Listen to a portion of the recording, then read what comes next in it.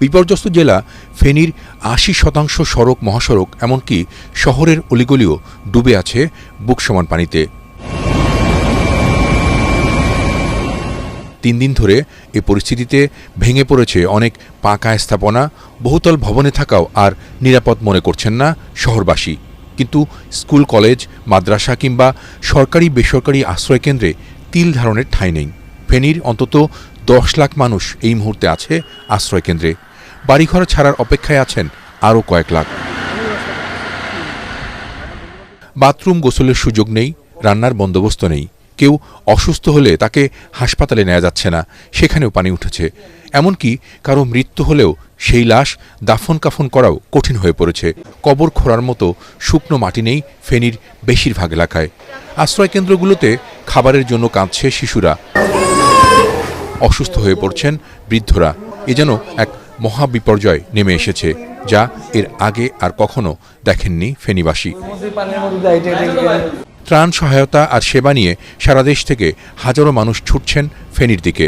যে যা পারছেন তাই সাথে করে নিয়ে যাচ্ছেন, কিন্তু এর বেশিরভাগই প্রকৃত ক্ষতিগ্রস্তদের কাছে পৌঁছানো যাচ্ছে না। থই থই পানি চারিদিকে, রাস্তাঘাট সব ভাঙা। নৌকা, ট্রলার কিংবা স্পিডবোট যে যেখানেই পারছেন ব্যবহার করছেন পানিবন্দী মানুষকে উদ্ধারের জন্য।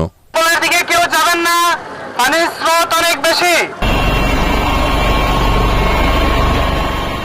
একেবারে দুর্গত এলাকাগুলোতে বৃহস্পতিবার থেকেই শুকনো খাবার ও জরুরি ত্রাণ সহায়তা হেলিকপ্টারে পাঠাচ্ছে সেনাবাহিনী, র্যাব সহ বিভিন্ন সংস্থা।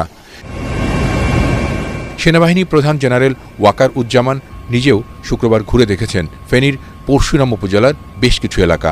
পরিস্থিতি কিভাবে মোকাবেলা করা যায় তার নির্দেশনাও দিয়েছেন তিনি। ওদিকে বন্যার পানি নামতে শুরু করেছে চট্টগ্রামের দুর্গত এলাকাগুলো থেকে। ফটিকছড়ির সুন্দরপুর সহ বিভিন্ন ইউনিয়নে আটকা পড়া লোকজনকে উদ্ধার করছে সেনাবাহিনী সহ বিভিন্ন সংস্থার স্বেচ্ছাসেবীরা। অন্তত ৫০,০০০ মানুষ পানিবন্দী হয়ে আছে বাসাবাড়ির ছাদ ও চালে। মনু নদীর পানি কিছুটা কমলেও মৌলভীবাজারের কুলাউড়া, জুড়ি, কমলগঞ্জ, রাজনগর ও সদর উপজেলার বেশ কয়েকটি ইউনিয়নে ৩ লাখেরও বেশি মানুষ রয়েছে পানিবন্দী। স্থানীয় প্রশাসন জানিয়েছে, জেলার অন্তত ৪০টি ইউনিয়নের ৪৫০টি গ্রাম প্লাবিত হয়েছে এবারের বন্যায়। ৯৮টি আশ্রয়কেন্দ্র খোলা হয়েছে। দুর্গত বেশিরভাগ এলাকায় ২ দিন ধরে বিদ্যুৎ নেই, বিচ্ছিন্ন হয়ে গেছে মোবাইল নেটওয়ার্ক।